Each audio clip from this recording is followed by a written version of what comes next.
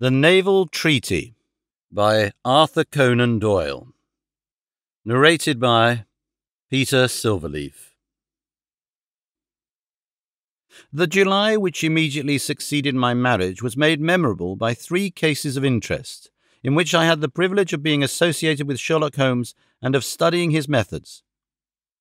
I find them recorded in my notes under the headings of The Adventure of the Second Stain, The Adventure of the Naval Treaty, and The Adventure of the Tired Captain.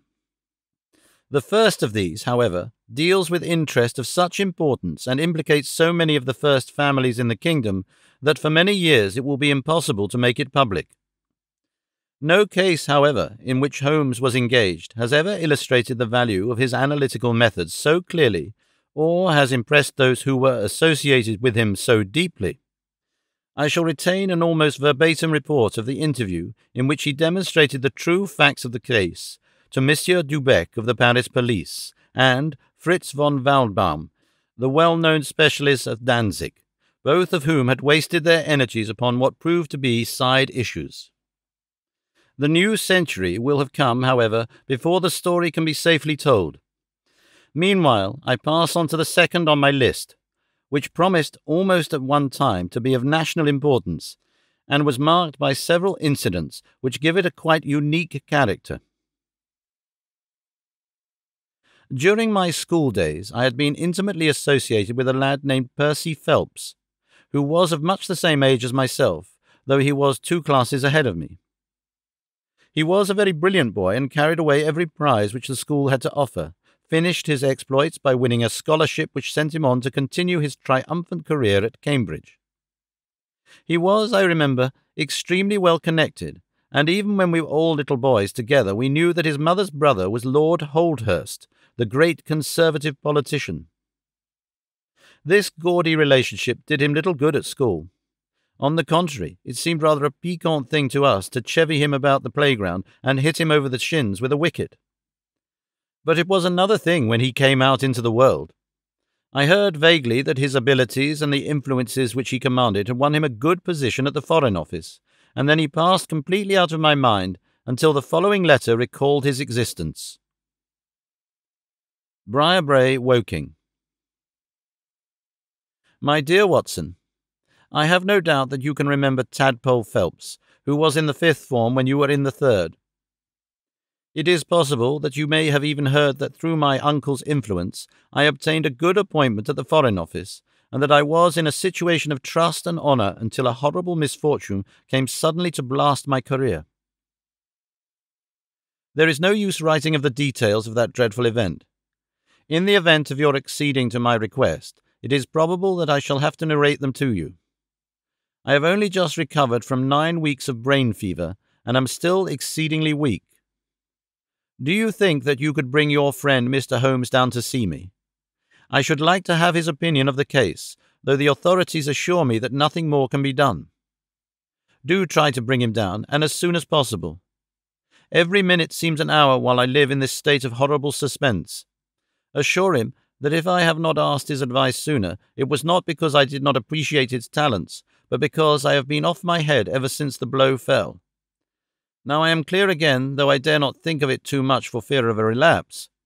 I am still so weak that I have to write, as you see, by dictating. Do try to bring him. Your old schoolfellow, Percy Phelps. There was something that touched me as I read this letter, something pitiable in the reiterated appeals to bring Holmes. So moved was I that even had it been a difficult matter, I should have tried it, but of course I knew well that Holmes loved his art, so that he was ever as ready to bring his aid as his client could be to receive it. My wife agreed with me that not a moment should be lost in laying the matter before him, and so within an hour of breakfast time I found myself back once more in the old rooms in Baker Street. Holmes was seated at his side table clad in his dressing gown and working hard over a chemical investigation. A large curved retort was boiling furiously in the bluish flame of a Bunsen burner, and the distilled drops were condensing into a 2-litre measure. My friend hardly glanced as I entered, and I, seeing that his investigation must be of importance, seated myself in an armchair and waited. He dipped into this bottle or that, drawing out a few drops of each with his glass pipette, and finally brought a test tube containing a solution over to the table. In his right hand he held a slip of litmus paper. "You come at a crisis, Watson," said he. "If this paper remains blue, all is well. If it turns red, it means a man's life." He dipped it into the test tube, and it flushed at once into a dull, dirty crimson. I thought as much," he cried. "I will be at your service in an instant, Watson. You will find tobacco in the Persian slipper." He turned to his desk and scribbled off several telegrams, which were handed over to the page boy. Then he threw himself down into the chair opposite and drew up his knees until his fingers clasped round his long, thin shins. "A very commonplace little murder," said he. "You've got something better, I fancy. You are the stormy petrel of crime, Watson. What is it?" I handed him the letter, which he read with the most concentrated attention. "It does not tell us very much, does it?" he remarked as he handed it back to me. "Hardly anything. And yet the writing is of interest." "But the writing is not his own." "Precisely. It is a woman's." "A man's, surely," I cried. "No, a woman's, and a woman of rare character. You see, at the commencement of an investigation, it is something to know that your client is in close contact with someone who, for good or evil, has an exceptional nature. My interest is already awakened in the case. If you are ready, we will start at once for Woking and see this diplomatist who is in such evil case, and the lady to whom he dictates his letters." We were fortunate enough to catch an early train at Waterloo, and in a little under an hour we found ourselves among the fir woods and the heather of Woking. Briar Brae proved to be a large, detached house standing in extensive grounds within a few minutes' walk of the station. On sending in our cards, we were shown into an elegantly appointed drawing-room, where we were joined in a few minutes by a rather stout man who received us with much hospitality. His age may have been nearer 40 than 30, but his cheeks were so ruddy and his eyes so merry that he still conveyed the impression of a plump and mischievous boy. "I'm so glad that you have come," said he, shaking our hands with effusion. "Percy has been inquiring for you all morning. Ah, poor old chap, he clings to any straw. His father and his mother asked me to see you, for the mere mention of the subject is very painful to them." "We have no details yet," observed Holmes. "I perceive that you are not yourself a member of the family." Our acquaintance looked surprised, and then, glancing down, he began to laugh. "Of course, you saw the J.H. monogram on my locket," said he.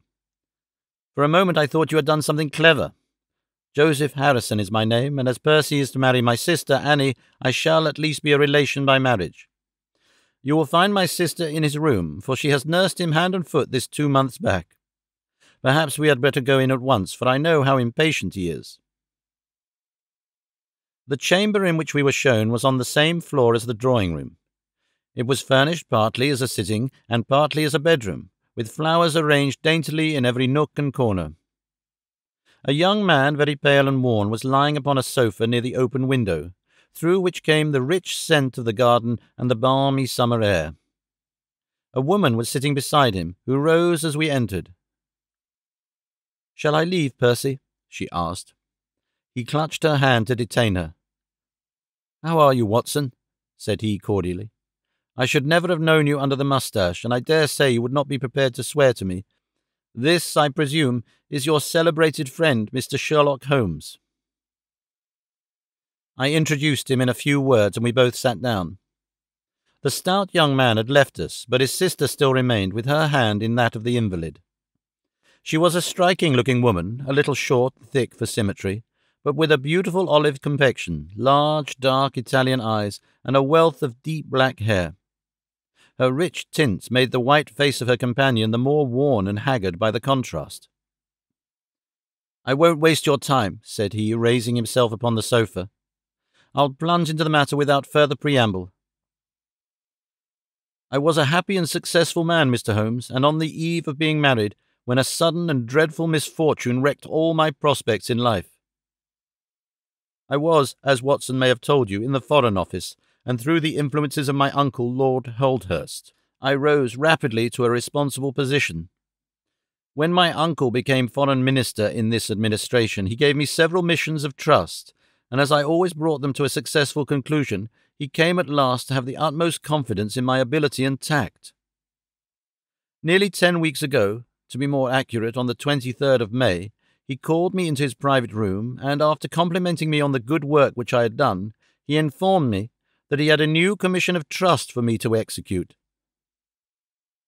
"This," said he, taking a grey roll of paper from his bureau, "is the original of that secret treaty between England and Italy, of which I regret to say some rumours have already got into the public press.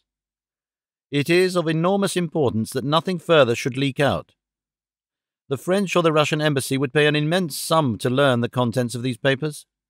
They should not leave my bureau were it not that it is absolutely necessary to have them copied. You have a desk in your office?"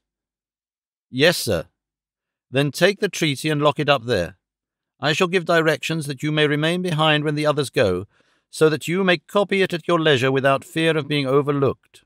When you have finished, relock both the original and the draft in the desk, and hand them over to me personally tomorrow morning." I took the papers and— "Excuse me an instant," said Holmes. "Were you alone during this conversation?" "Absolutely." "In a large room?" 30 feet each way. "In the centre?" "Yes, about it." "And speaking low?" "My uncle's voice is always remarkably low. I hardly spoke at all." "Thank you," said Holmes, shutting his eyes. "Pray, go on." I did exactly what he indicated, and waited until the other clerks had departed. One of them in my room, Charles Gorrat, had some arrears of work to make up, so I left him there and went out to dine. When I returned, he was gone. I was anxious to hurry my work, for I knew that Joseph, the Mr. Harrison whom you saw just now, was in town, and that he would travel down to Woking by the 11 o'clock train, and I wanted, if possible, to catch it. When I came to examine the treaty, I saw at once that it was of such importance that my uncle had been guilty of no exaggeration in what he had said.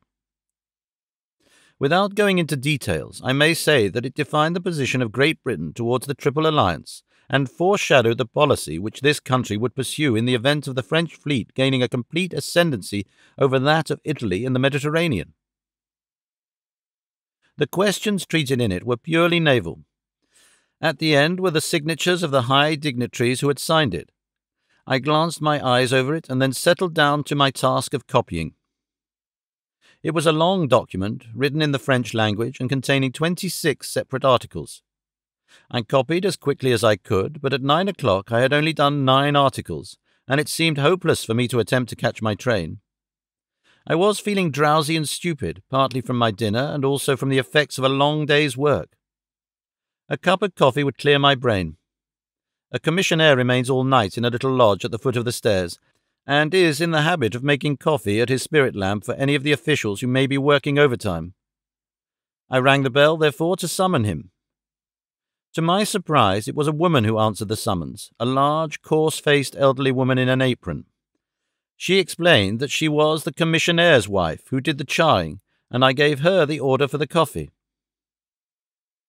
I wrote 2 more articles, and then, feeling more drowsy than ever, I rose and walked up and down the room to stretch my legs. My coffee had not yet come, and I wondered what the cause of the delay could be. Opening the door, I started down the corridor to find out. There was a straight passage, dimly lighted, which led from the room in which I had been working, and was the only exit from it.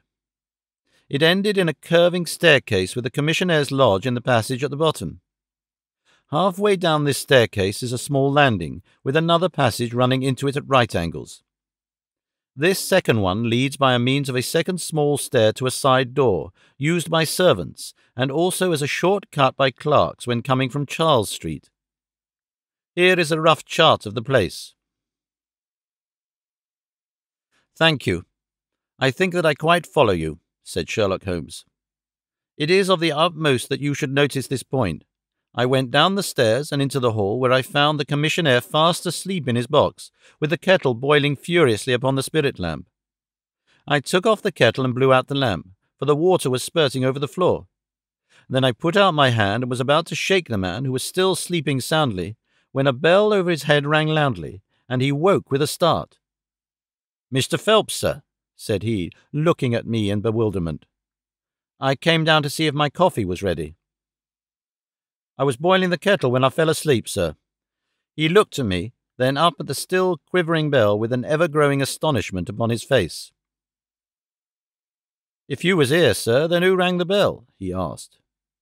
"The bell?" I cried. "What bell is it?" "It's the bell of the room you were working in." A cold hand seemed to close round my heart. Someone then was in that room where my precious treaty lay upon the table. I ran frantically up the stairs and along the passage. There was no one in the corridors, Mr. Holmes. There was no one in the room. All was exactly as I left it, save only that the papers which had been committed to my care had been taken from the desk on which they lay. The copy was there, and the original was gone. Holmes sat up in his chair and rubbed his hands. I could see that the problem was entirely to his heart. "Pray, what did you do then?" he murmured. I recognized in an instant that the thief must have come up the stairs from the side door. Of course, I must have met him if I had come the other way. "You were satisfied that he could not have been concealed in the room all the time, or in the corridor which you have just described as dimly lighted?" "It is absolutely impossible. A rat could not conceal himself either in the room or the corridor. There is no cover at all." "Thank you. Pray proceed." The commissionaire, seeing by my pale face that something was to be feared, had followed me upstairs. Now we both rushed along the corridor and down the steep steps which led to Charles Street. The door at the bottom was closed, but unlocked. We flung it open and rushed out. I can distinctly remember that as we did so there came 3 chimes from a neighbouring clock. It was 10:15. "That is of enormous importance," said Holmes, making a note upon his shirt cuff. The night was very dark, and a thin, warm rain was falling. There was no one in Charles Street, but a great traffic was going on as usual in Whitehall, at the extremity. We rushed along the pavement, bareheaded as we were, and at the far corner we found a policeman standing. "A robbery has been committed," I gasped. "A document of immense value has been stolen from the Foreign Office. Has anyone passed this way?" "I have been standing here for a quarter of an hour, sir," said he. "The only person has passed during that time, a woman, tall and elderly, with a Paisley shawl." "Ah, that was my wife," said the commissionaire. "Has no one else passed?" "No one." "Then it must be the other way that the thief took," cried the fellow, tugging at my sleeve. But I was not satisfied, and the attempts which he made to draw me away increased my suspicions. "Which way did the woman go?" I cried. "I dunno, sir. I noticed her pass, but I had no special reason for watching her. She seemed to be in a hurry." "How long ago was it?" "Oh, not very many minutes." "Within the last 5? "Well, it could not have been more than 5. "You're only wasting your time, sir, and every minute now is of importance," cried the commissionaire. "Take my word for it that my old woman has nothing to do with it, and come down to the other end of the street." "Well, if you won't, I will," and with that he rushed off in the other direction. But I was after him in an instant and caught him by the sleeve. "Where do you live?" said I. 16 Ivy Lane, Brixton," he answered. "But don't let yourself be drawn away upon a false scent, Mr. Phelps. Come to the other end of the street and let us see if we can hear of anything." Nothing was to be lost by following his advice. With the policeman we both hurried down, but only to find the street full of traffic, many people coming and going, but all only too eager to get to a place of safety upon so wet a night. There was no lounger who could tell us who had passed. Then we returned to the office and searched the stairs and the passage without result. The corridor which led to the room was laid down with a kind of creamy linoleum, which shows an impression very easily. We examined it very carefully, but found no outline of any footmark. Had it been raining all the evening? Since about 7. How is it, then, that the woman who came into the room about 9 left no traces with her muddy boots? I'm glad you raised the point. It occurred to me at the time. The charwomen are in the habit of taking off their boots at the commissionnaire's office and putting on list slippers. That is very clear. There were no marks then, though the night was a wet one. The chain of events is certainly one of extraordinary interest. What did you do next? We examined the room also. There is no possibility of a secret door, and the windows are quite 30 feet from the ground. Both of them were fastened on the inside. The carpet prevents any possibility of a trap door, and the ceiling is of the ordinary whitewashed kind. I will pledge my life that whoever stole my papers could only have come through the door. How about the fireplace? They use none. There is a stove. The bell rope hangs from the wire just to the right of my desk. Whoever rang it must have come right up to the desk to do it. But why should any criminal wish to ring the bell? It is a most insoluble mystery. Certainly the incident was unusual. What were your next steps? You examined the room, I presume, to see if the intruder had left any traces, any cigar end or dropped glove or hairpin or other trifle? There was nothing of the sort. No smell? Well, we never thought of that. A scent of tobacco would have been worth a great deal to us in such an investigation. I never smoked myself, so I think I should have observed it if there had been any smell of tobacco.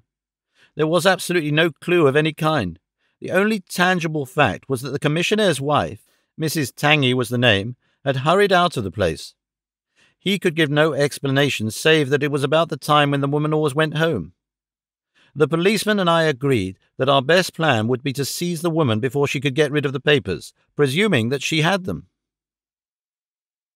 The alarm had reached Scotland Yard by this time, and Mr. Forbes, the detective, came round at once and took up the case with a great deal of energy. We hired a hansom, and in half an hour we were at the address which had been given to us. A young woman opened the door, who proved to be Mrs. Tangy's eldest daughter. Her mother had not come back yet, and we were shown into the front room to wait. About 10 minutes later a knock came at the door, and here we made the one serious mistake for which I blame myself. Instead of opening the door ourselves, we allowed the girl to do so. We heard her say, "Mother, there are 2 men in the house waiting to see you," and an instant afterwards we heard the patter of feet rushing down the passage. Forbes flung open the door, and we both ran into the back room or kitchen, but the woman had got there before us. She stared at us with defiant eyes, and then, suddenly recognizing me, an expression of absolute astonishment came over her face. "Why, if it isn't Mr. Phelps of the office!" she cried. Come, who do you think you were when you ran away from us?" asked my companion. "I thought you were the brokers," said she. "We have had some trouble with a tradesman." "That's not quite good enough," answered Forbes. "We have reason to believe that you have taken a paper of importance from the Foreign Office, and that you ran in here to dispose of it. You must come back with us to Scotland Yard to be searched." It was in vain that she protested and resisted.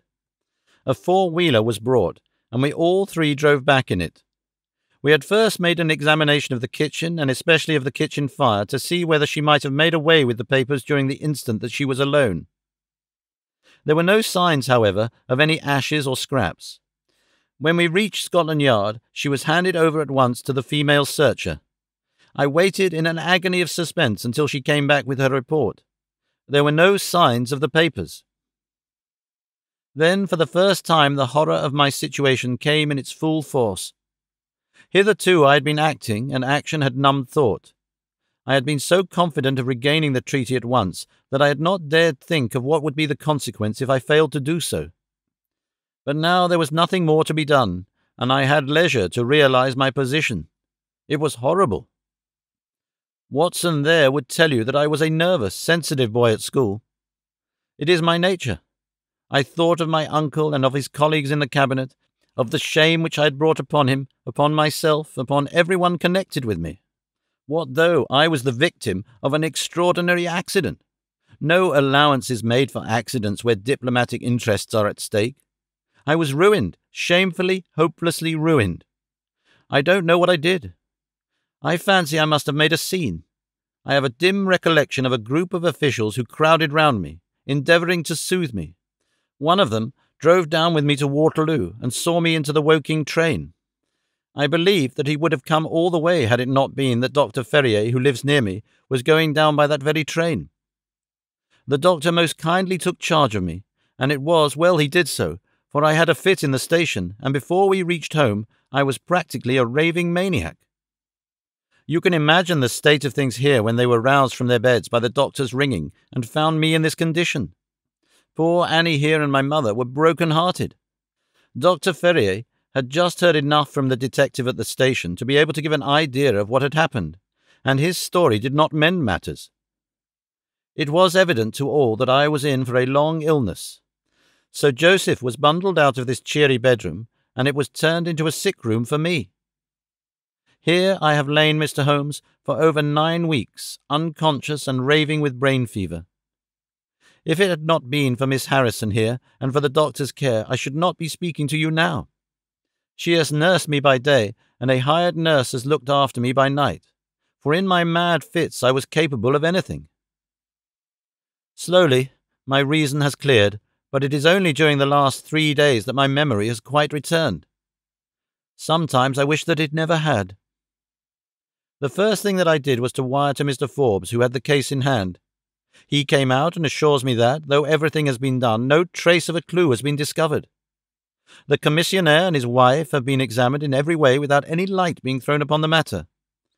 The suspicions of the police then rested upon young Gorot, who, as you may remember, stayed over time in the office that night.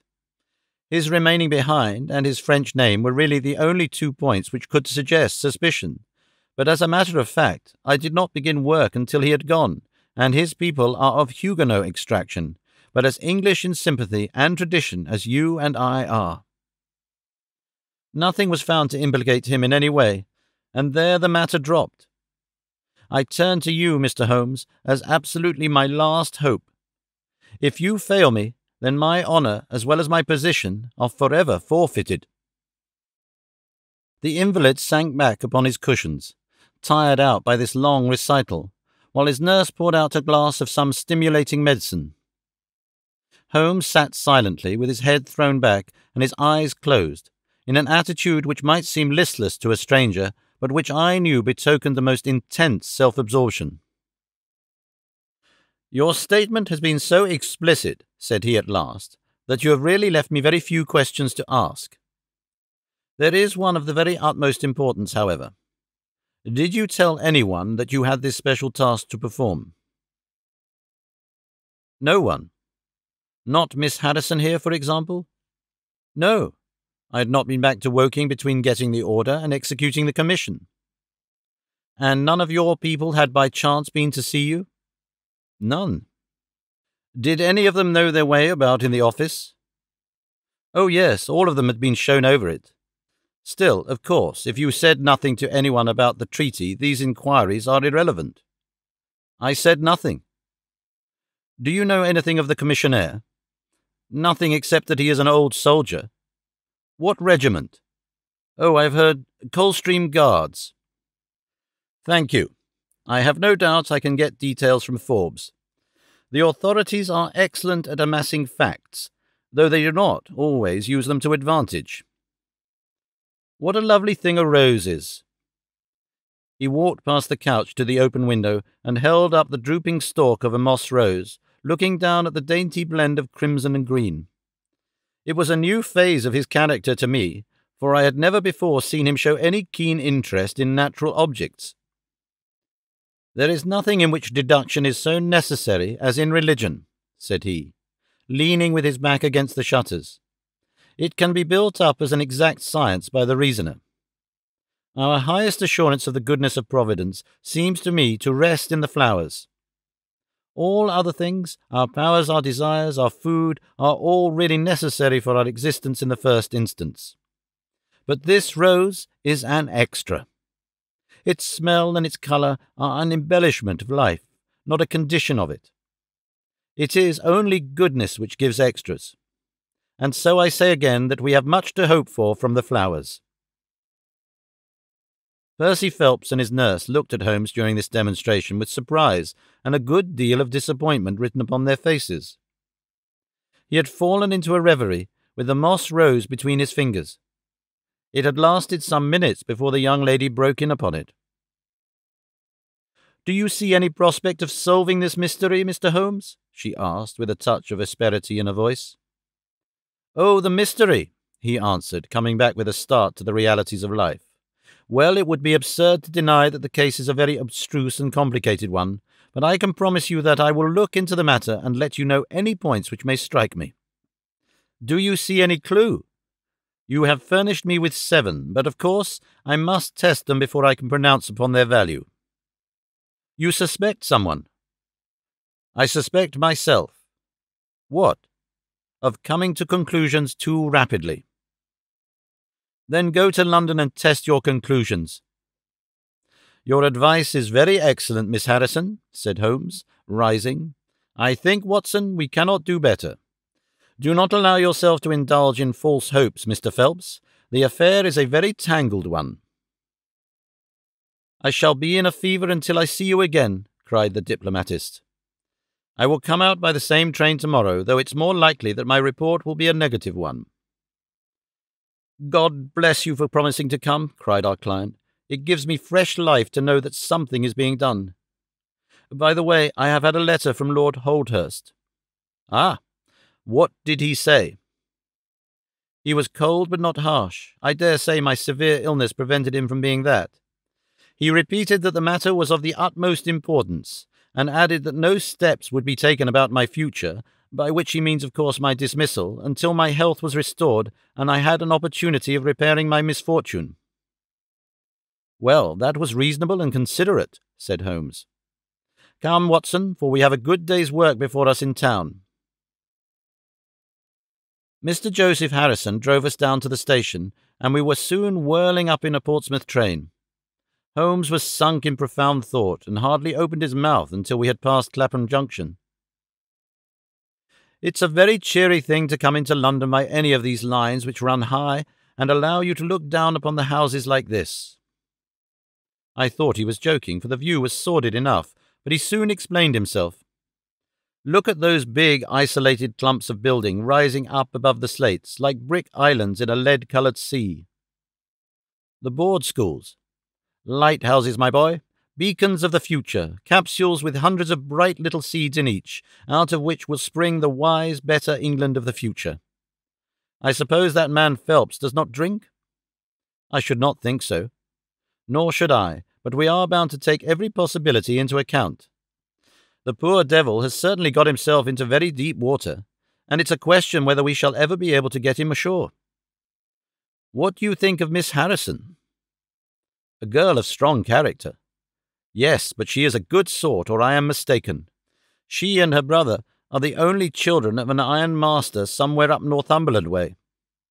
He got engaged to her when travelling last winter, and she came down to be introduced to his people with her brother as escort. Then came the smash, and she stayed on to nurse her lover, while brother Joseph, finding himself pretty snug, stayed on too. I've been making a few independent inquiries, you see. But today must be a day of inquiries. My practice, I began. Oh, if you find your own cases more interesting than mine, said Holmes with some asperity. I was going to say that my practice could get along very well for a day or two, since it is the slackest time in the year. Excellent, said he, recovering his good humour. Then we'll look into this matter together. I think we should begin by seeing Forbes.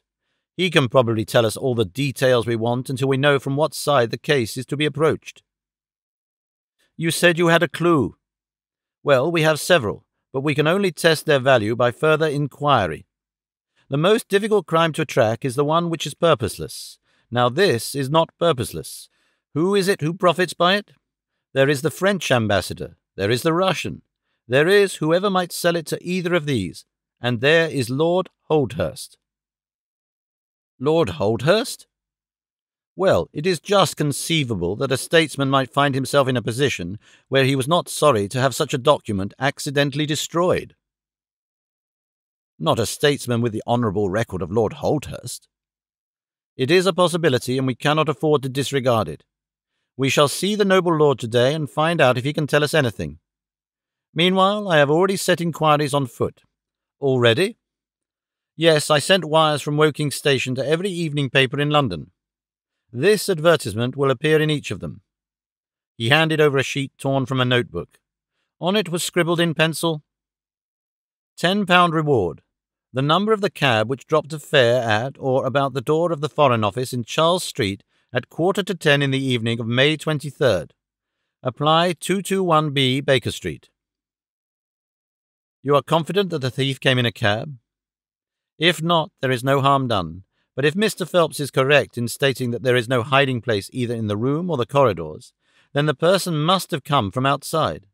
If he came from outside on so wet a night, and yet left no trace of damp upon the linoleum, which was examined within a few minutes of his passing, then it is exceeding probable that he came in a cab. Yes, I think we may safely deduce a cab. It sounds plausible. That is one of the clues of which I spoke. It may lead us to something. And then, of course, there is the bell, which is the most distinctive feature of the case. Why should the bell ring? Was it the thief who did it out of bravado, or was it someone who was with the thief who did it in order to prevent the crime? Or was it an accident? Or was it— He sank back into the state of intense and silent thought from which he had emerged, but it seemed to me, accustomed as I was to his every mood, that some new possibility had dawned suddenly upon him. It was 3:20 when we reached our terminus, and after a hasty luncheon at the buffet we pushed on at once to Scotland Yard. Holmes had already wired to Forbes, and we found him waiting to receive us. A small, foxy man with a sharp but by no means amiable expression. He was decidedly frigid in his manner to us, especially when he heard the errand upon which we had come. "I have heard of your methods before now, Mr. Holmes," said he tartly. "You are ready enough to use all the information that the police can lay at your disposal, and then you try to finish the case yourself and bring discredit on them." "On the contrary," said Holmes, "out of my last 53 cases, my name has only appeared in 4, and the police have had all the credit in 49. I don't blame you for not knowing this, for you are young and inexperienced. But if you wish to get on in your new duties, you will work with me and not against me." "I'd be very glad of an hint or two," said the detective, changing his manner. "I've certainly had no credit from the case so far." "What steps have you taken?" "Tangy, the commissionaire, has been shadowed. He left the guards with a good character, and we can find nothing against him. His wife is a bad lot, though. I fancy she knows more about this than appears." "Have you shadowed her?" "We have set one of our women onto her. Mrs. Tangy drinks, and our woman has been with her twice when she was well on, but she could get nothing out of her." "I understand that they have had brokers in the house." "Yes, but they were paid off." "Where did the money come from?" "That was all right. His pension was due. They have not shown any sign of being in funds." "What explanation did she give of having answered the bell when Mr. Phelps rang for the coffee?" "She said that her husband was very tired and she wished to relieve him." "Well, that certainly would agree with his being found a little later asleep in his chair. There is nothing against them but the woman's character. Did you ask her why she hurried away that night? Her haste attracted the attention of the police constable." "She was later than usual and wanted to get home." "Did you point out to her that you and Mr. Phelps, who started at least 20 minutes after her, got home before her?" "She explains that by the difference between a bus and an hansom." "Did she make it clear why on reaching her house she ran into the back kitchen?" "Because she had the money there with which to pay off the brokers." "She has at least an answer for everything. Did you ask her whether in leaving she met anyone or saw anyone loitering about Charles Street?" "She saw no one but the constable." "Well, you seem to have cross-examined her pretty thoroughly. What else have you done?" "The clerk, Gorrett, has been shadowed all these 9 weeks, but without result. We can show nothing against him." "Anything else?" "Well, we have nothing else to go upon, no evidence of any kind." "Have you formed a theory about how that bell rang?" "Well, I must confess that it beats me. It was a cool hand, whoever it was, to go and give the alarm like that." "Yes, it was a queer thing to do. Many thanks to you for what you have told me. If I can put the man into your hands, you shall hear from me. Come along, Watson." "Where are we going to now?" I asked as we left the office. "We are now going to interview Lord Holdhurst, the Cabinet Minister and future Premier of England." We were fortunate in finding that Lord Holdhurst was still in his chambers in Downing Street, and on Holmes sending in his card we were instantly shown up. The statesman received us with that old-fashioned courtesy for which he is remarkable, and seated us on the 2 luxuriant lounges on either side of the fireplace.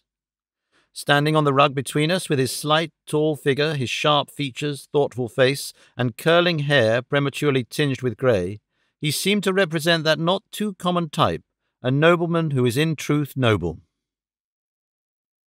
"Your name is very familiar to me, Mr. Holmes," said he, smiling, "and of course I cannot pretend to be ignorant of the object of your visit. There has only been one occurrence in these offices which could call for your attention. In whose interest are you acting, may I ask?" "In that of Mr. Percy Phelps," answered Holmes. "Ah, my unfortunate nephew. You can understand that our kinship makes it the more impossible for me to screen him in any way. I fear that the incident must have a prejudicial effect upon his career." "But if the document is found?" "Ah, that, of course, would be different. I had one or two questions which I wish to ask you, Lord Holdhurst." "I shall be happy to give you any information in my power." "Was it in this room that you gave your instructions as to the copying of the document?" "It was." "Then you could hardly have been overheard." "It is out of the question." "Did you ever mention to anyone that it was your intention to give anyone the treaty to be copied?" "Never." "You are certain of that?" "Absolutely." "Well, since you have never said so, and Mr. Phelps never said so, and nobody else knew anything of the matter, then the thief's presence in the room was purely accidental. He saw his chance and he took it." The statesman smiled. "You take me out of my province there," said he. Holmes considered for a moment. "There is another very important point which I wish to discuss with you," said he. "You feared, as I understand, that very grave results might follow from the details of this treaty becoming known." A shadow passed over the expressive face of the statesman. "Very grave results indeed." "And have they occurred?" "Not yet." "If the treaty had reached, let us say, the French or Russian Foreign Office, you would expect to hear of it." "I should," said Lord Holdhurst with a wry face. "Since nearly 10 weeks have elapsed, then, and nothing has been heard, it is not unfair to suppose that for some reason the treaty has not reached them." Lord Holdhurst shrugged his shoulders. "We can hardly suppose, Mr. Holmes, that the thief took the treaty in order to frame it and hang it up." "Perhaps he is waiting for a better price." "If he waits a little longer, he will get no price at all. The treaty will cease to be secret in a few months." "That is most important," said Holmes. "Of course, it is a possible supposition that the thief has had a sudden illness." "An attack of brain fever, for example?" asked the statesman, flashing a swift glance at him. "I did not say so," said Holmes imperturbably. "And now, Lord Holdhurst, we have already taken up too much of your valuable time, and we shall wish you good day." "Every success to your investigation, be the criminal who it may," answered the nobleman, as he bowed us out the door. "He's a fine fellow," said Holmes, as we came out into Whitehall. "But he has a struggle to keep up his position. He is far from rich and has many calls. You noticed, of course, that his boots had been resold. Now, Watson, I won't detain you from your legitimate work any longer. I shall do nothing more today unless I have an answer to my cab advertisement.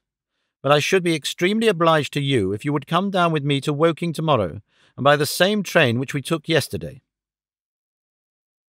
I met him accordingly next morning, and we travelled down to Woking together. He had had no answer to his advertisement, he said, and no fresh light had been thrown upon the case.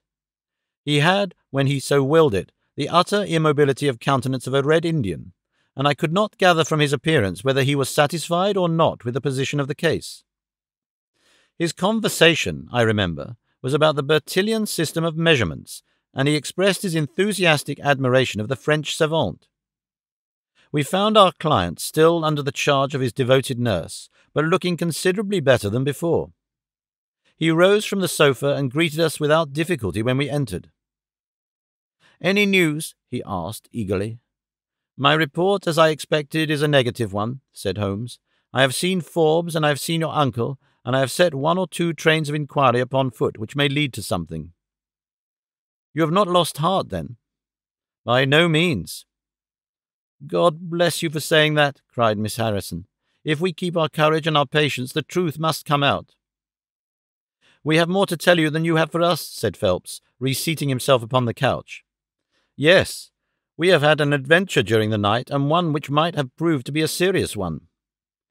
His expression grew very grave as he spoke, and a look of something akin to fear sprang up in his eyes. Do you know, said he, that I begin to believe that I am the unconscious centre of some monstrous conspiracy, and that my life is aimed at as well as my honour? Ah, cried Holmes. It sounds incredible, for I have not, as far as I know, an enemy in the world. Yet from last night's experience I can come to no other conclusion. Pray, let me hear it.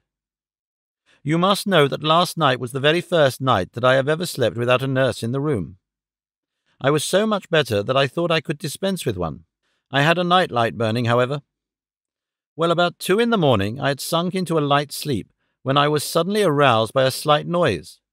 It was like the sound which a mouse makes when it is gnawing a plank, and I lay listening to it for some time under the impression that it must come from that cause. Then it grew louder, and suddenly there came from the window a sharp metallic snick. I sat up in amazement. There could be no doubt what the sounds were now.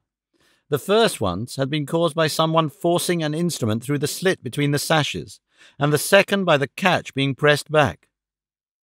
There was a pause then for about 10 minutes, as if the person were waiting to see whether the noise had awakened me. Then I heard a gentle creaking as the windows very slowly opened. I could stand it no longer, for my nerves are not what they used to be. I sprang out of bed and flung open the shutters. A man was crouching at the window. I could see little of him, for he was gone like a flash. He was wrapped in some sort of cloak which came across the lower part of his face. One thing I am sure of, and that is that he had some weapon in his hand. It looked to me like a long knife. I distinctly saw the gleam of it as he turned to run. "This is most interesting," said Holmes. "Pray, what did you do then?" "I should have followed him through the open window if I had been stronger. As it was, I rang the bell and roused the house.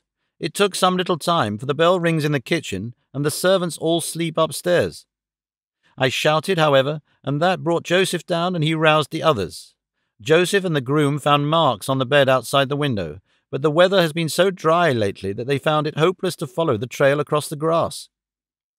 There's a place, however, on the wooden fence which skirts the road which shows signs, they tell me, as if someone had got over and had snapped the top of the rail in doing so. I have said nothing to the local police yet, for I thought I'd best have your opinion first." This tale of our client's appeared to have an extraordinary effect upon Sherlock Holmes. He rose from his chair and paced about the room in uncontrollable excitement. "Misfortunes never come single," said Phelps, smiling, though it was evident that his adventure had somewhat shaken him. "You have certainly had your share," said Holmes. "Do you think you could walk round the house with me?" "Oh, yes, I should like a little sunshine. Joseph will come too?" "And I also," said Miss Harrison. "I'm afraid not," said Holmes, shaking his head. "I think I must ask you to remain sitting exactly where you are." The young lady resumed her seat with an air of displeasure. Her brother, however, had joined us, and we set off all four together. We passed round the lawn to the outside of the young diplomatist's house. There were, as he had said, marks upon the bed, but they were hopelessly blurred and vague. Holmes stopped over them for an instant, and then rose, shrugging his shoulders. "I don't think anyone could make much of this," said he. "Let us go round the house and see why this particular room was chosen by the burglar. I should have thought those larger windows of the drawing-room and dining-room would have had more attractions for him." "They are more visible from the road," suggested Mr. Joseph Harrison. "Ah, yes, of course. There is a door here which we might have attempted. What is it for?" "It is the side entrance for tradespeople. Of course, it is locked at night." "Have you ever had an alarm like this before?" "Never," said our client. "Do you keep plate in the house or anything to attract burglars?" "Nothing of value." Holmes strolled round the house with his hands in his pockets and a negligent air which was unusual with him. "By the way," said he to Joseph Harrison, "you found some place, I understand, where the fellow scaled the fence. Let us have a look at that." The plump young man led us to a spot where the top of one of the wooden rails had been cracked. A small fragment of the wood was hanging down. Holmes pulled it off and examined it critically. "Do you think that was done last night? It looks rather old, does it not?" "Well, possibly so." "There are no marks of anyone jumping down upon the other side." "No, I fancy that we shall get no help here. Let us go back to the bedroom and talk the matter over."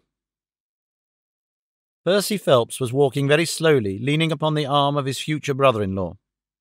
Holmes walked swiftly across the lawn, and we were at the open window of the bedroom long before the others came up. "Miss Harrison," said Holmes, speaking with the utmost intensity of manner, "you must stay where you are all day. Let nothing prevent you from staying where you are all day. It is of the utmost importance." "Certainly, if you wish it, Mr. Holmes," said the girl in astonishment. "When you go to bed, lock the door of this room on the outside and keep the key. Promise to do this." "But Percy, he will come to London with us." "And I am to remain here?" "It is for his sake. You can serve him. Quick, promise." She gave a quick nod of assent just as the other two came up. "Why do you sit moping there, Annie?" cried her brother. "Come out into the sunshine." "No, thank you, Joseph. I have a slight headache, and this room is deliciously cool and soothing." "What do you propose now, Mr. Holmes?" asked our client. "Well, in investigating this minor affair, we must not lose sight of our main inquiry. It would be a very great help to me if you would come up to London with us." "At once?" "Well, as soon as you conveniently can. Say in an hour. I feel quite strong enough if I can really be of any help." "The greatest possible." "Perhaps you would like me to stay there tonight?" "I was just going to propose it. Then, if my friend of the night comes to revisit me, he will find the bird flown. We are all in your hands, Mr. Holmes, and you must tell us exactly what you would like done. Perhaps you would prefer that Joseph came with us so as to look after me." "Oh, no, my friend Watson is a medical man, you know, and he'll look after you. We'll have lunch here, if you will permit us, and then we shall all three set off for town together."